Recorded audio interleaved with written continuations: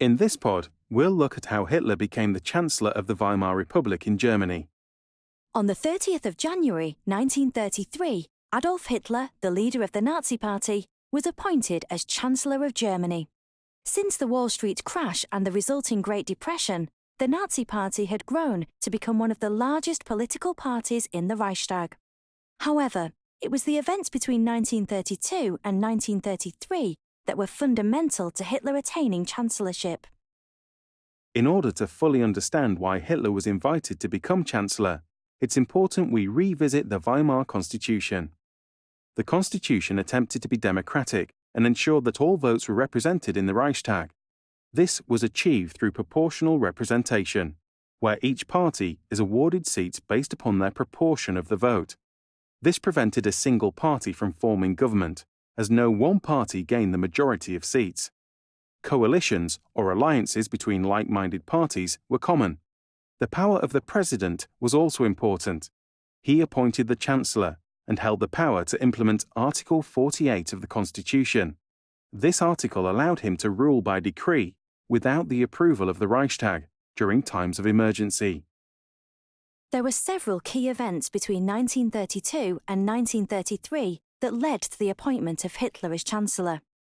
The first was Heinrich Brüning's failure as Chancellor.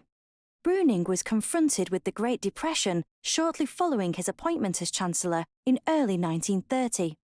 His response was to tighten credit, cut wages, and reduce government aid to the unemployed.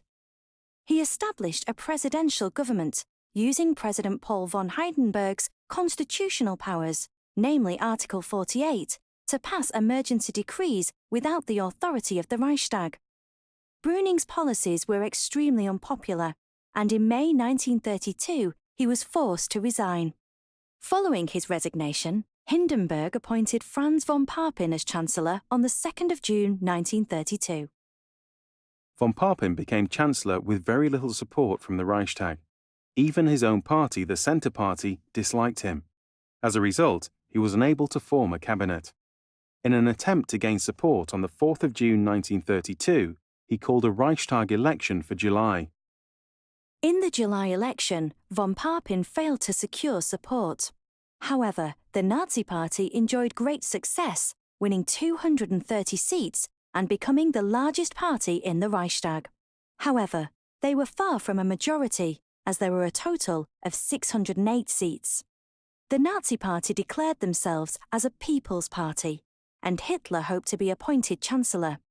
President Hindenburg refused, only offering him the role of Vice-Chancellor. That wasn't enough for Hitler, and his party refused to join the Reichstag. A vote of no confidence against von Papen was passed, and another election was scheduled for November 1932. The November election saw the Nazi vote reduced to 196 seats. The leadership of the party were concerned. Goebbels wrote in his diary that the future looks dark and gloomy. Nonetheless, the Nazi Party was still the largest party in the Reichstag. Concern that there would be a military coup or Nazi putsch was growing. As a response, General von Schleicher, a former army leader, demanded his appointment as Chancellor. Hindenburg agreed, and on the 3rd of December 1932, von Schleicher was made Chancellor. Von Schleicher was another unpopular Chancellor. By late January 1933, he was struggling to maintain a united and functional Reichstag. On the 28th of January 1933, he resigned. During Schleicher's chancellorship, von Papen still hoped for a position of power. He privately approached Hitler, guaranteeing him support in becoming Chancellor in exchange for a position on the cabinet.